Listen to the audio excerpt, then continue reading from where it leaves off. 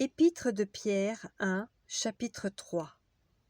Femmes, soyez de même soumises à vos maris, afin que si quelques-uns n'obéissent point à la parole, ils soient gagnés sans parole par la conduite de leurs femmes, en voyant votre manière de vivre chaste et réservée.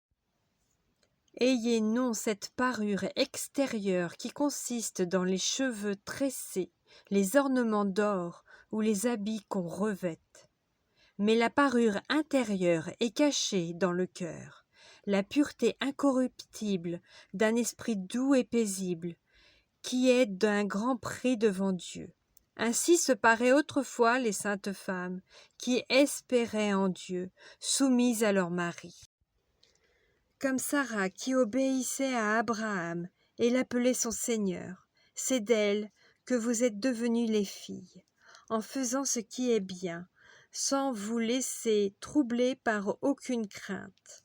Marie, montrez à votre tour de la sagesse dans vos rapports avec vos femmes, comme avec un sexe plus faible. Honorez-les, comme devant aussi hériter avec vous de la grâce de la vie. Qu'il en soit ainsi, afin que rien ne vienne faire obstacle à vos prières. Enfin, soyez tous animés des mêmes pensées et des mêmes sentiments, pleins d'amour fraternel, de compassion, d'humilité. Ne rendez point mal pour mal, ou injure pour injure, bénissez. Au contraire, car c'est à cela que vous avez été appelés afin d'hériter la bénédiction.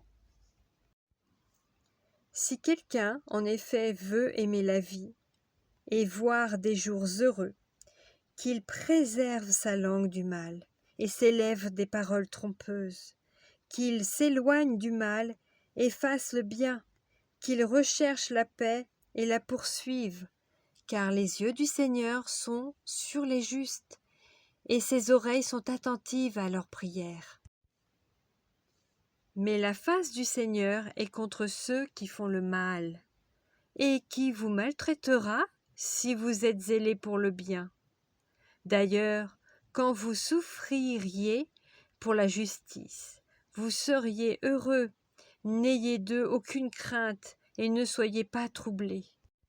Mais sanctifiez dans vos cœurs Christ le Seigneur, étant toujours prêt à vous défendre, avec douceur et respect, devant quiconque vous demande raison de l'espérance qui est en vous, et ayant une bonne conscience, afin que là même où il vous calomnie, comme si vous étiez des malfaiteurs, ceux qui décrient votre bonne conduite en Christ soient couverts de confusion, car il faut mieux souffrir, si telle est la volonté de Dieu, en faisant le bien qu'en faisant le mal.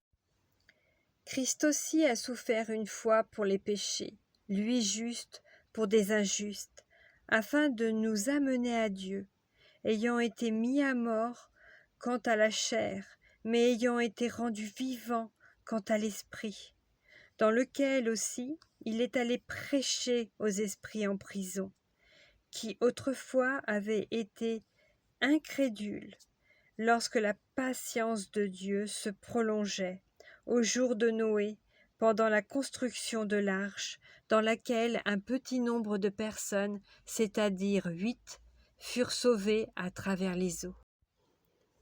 Cette eau était une figure du baptême, qui n'est pas la purification des souillures du corps, mais l'engagement d'une bonne conscience envers Dieu, et qui maintenant vous sauve, vous aussi, par la résurrection de Jésus-Christ, qui est à la droite de Dieu depuis qu'il est allé au ciel, et que les anges, les autorités et les puissances lui ont été soumis.